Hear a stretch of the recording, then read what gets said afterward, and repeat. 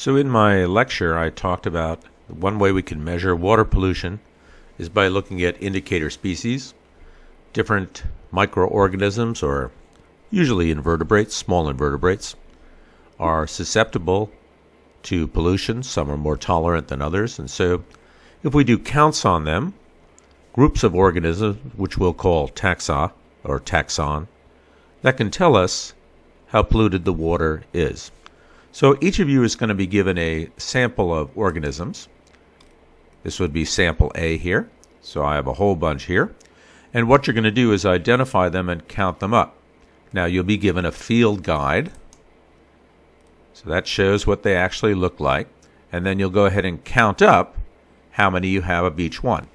And then you'll have a sheet here that'll look like this. And so you'll count up how many organisms you have. And then what you're going to do in your count is you'll multiply it by the tolerance level.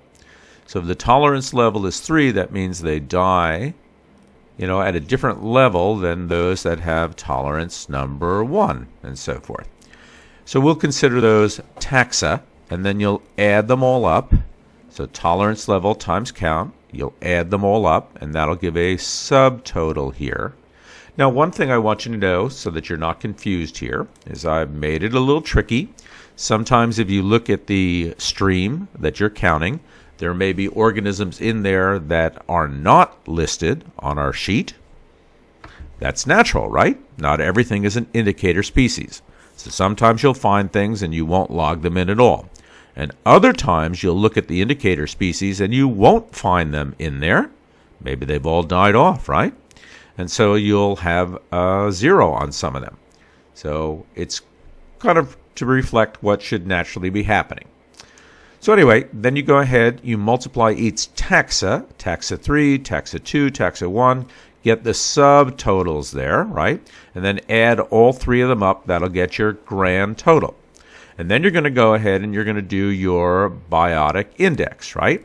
Which means that you divide by the total, right?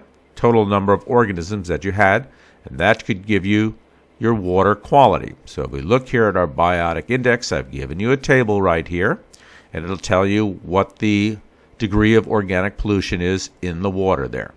Now, if you're totally confused here, I've given you a little cheat. So if you go back here, I've given you a cheat program way over here, how to calculate biotic index.